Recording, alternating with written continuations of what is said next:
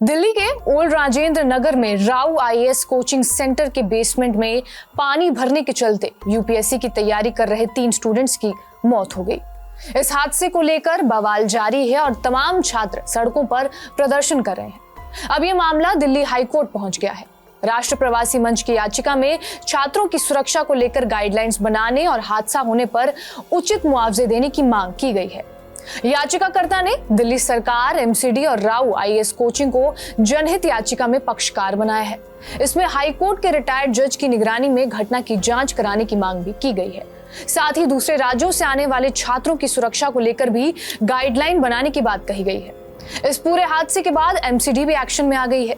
MCD ने basement में अवैध रूप से चल रहे 13 कोचिंग सेंटर्स को सील कर दिया है। साथ ही संस्थानों पर नोटिस जारी कर उनसे जवाब मांगा है। उधर कोचिंग के छात्र लगातार दूसरे दिन भी एमसीडी और प्रशासन के खिलाफ नारेबाजी कर प्रदर्शन कर रहे हैं। दरअसल ये हादसा दिल्ली में 27 जुलाई को हुआ, जब शाम तेज बारिश के चलते ओल्ड राजेंद्र नगर की राव आईएएस कोचिंग सेंटर के बेसमेंट में पानी भर गया। बेसमेंट में लाइब्रेरी थी और वहां पर 18 बच्चे पढ़ रहे थे। अचानक लाइब्रेरी में पानी भरने से 3 स्टूडेंट्स की डूबने से मौत हो गई। वहीं एनडीआरएफ ने 15 छात्रों को सुरक्षित बाहर निकाला। शनिवार रात बिल्डिंग में पावर कट के कारण बेसमेंट में बनी लाइब्रेरी का बायोमेट्रिक गेट जाम हो गया। स्टूडेंट्स अंधेरे में लाइब्रेरी के अंदर फंस गए और गेट बंद होने के कारण पानी शुरुआत में बेसमेंट में नहीं घुसा था, लेकिन कुछ मिनट बाद ही पानी का प्रेशर तेज हुआ और गेट ही टूट गया। गेट टूटने के बाद पानी तेजी से बेसमेंट में भरने लगा। चश्मदीदों का क्या कहना है, ये भी जान लीजिए। चश्मदीदों का कहना यह है कि पानी का बहाव इतना तेज था कि सीढ़ियां चढ़ना मुश्किल हो रहा था। कुछ सेकंड में ही घुटनों तक पानी भर गया और ऐसे में स्टूडेंट्स बेंच पर खड़े हो गए। महज 2-3 मिनट में ही पूरे बेसमेंट में 10-12 फीट पानी भर गया। बाद में बच्चों को बचाने के लिए रस्सियां फेंकी गई, लेकिन पानी गंदा था इसलिए रस्सी दिखाई नहीं दी।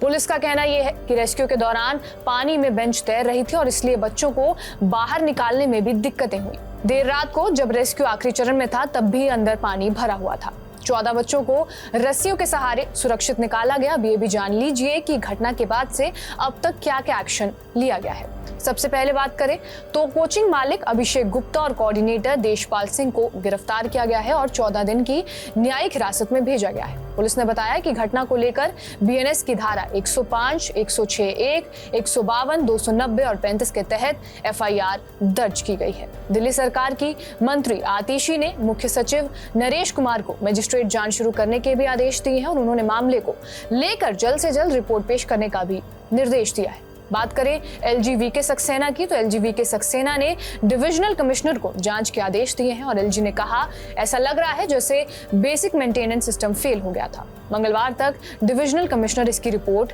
पेश करेंगे। इसके अलावा जिन जिन लोगों ने बेसमेंट्स में कोचिंग चलवाई है उन पर भी कार्रवाई की गई है।